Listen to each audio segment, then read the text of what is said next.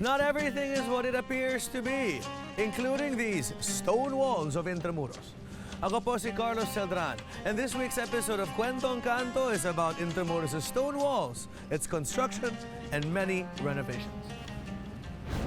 Intramuros guards the Fort Santiago, which served as a base of the Spanish government in Manila.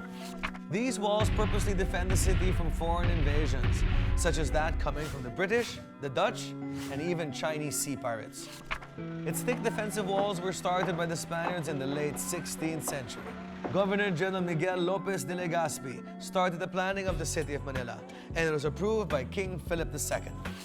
But it was in 1590 that the work began on building Manila. And at that time, it was already Gomez Perez Dasmariñas who was seated as the Governor General of Manila.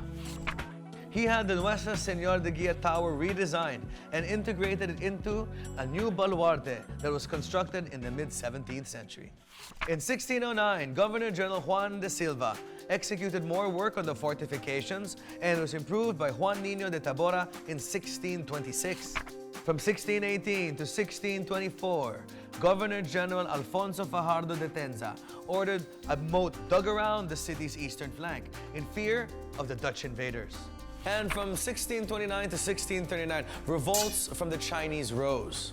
And as a result of this, the Chinese were now forced to live in a ghetto located to the east of Intramuros, one cannon shot away, an area known as a Parian.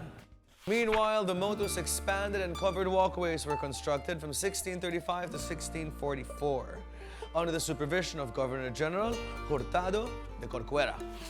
Intramuros was improved once again in 1644 by Diego Fajardo Chacon by building San Diego Bastion, now known as the Baluarte de San Diego. This bastion was the very first location of the Nuestra Señora de Guia, the very first stone fort of Manila.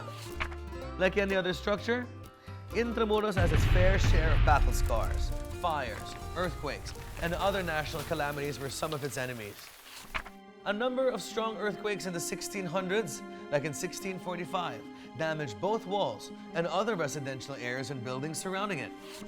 After that year, a new architecture emerged in Manila, a style that appeared to consist of a lower story made of mortar and an upper story made of wood, known as earthquake baroque. The fortifications were constantly being repaired and improved under different governor generals up until 1872. And if there's anything permanent about Intramuros, it's change. And despite the renovations changing its appearances, the history stays the same. Ako po si Carlos Celdran, and I invite you all down to Intramuros and the historical districts of Manila, because if we don't use it, we'll lose it. Hasta luego, and see you next time.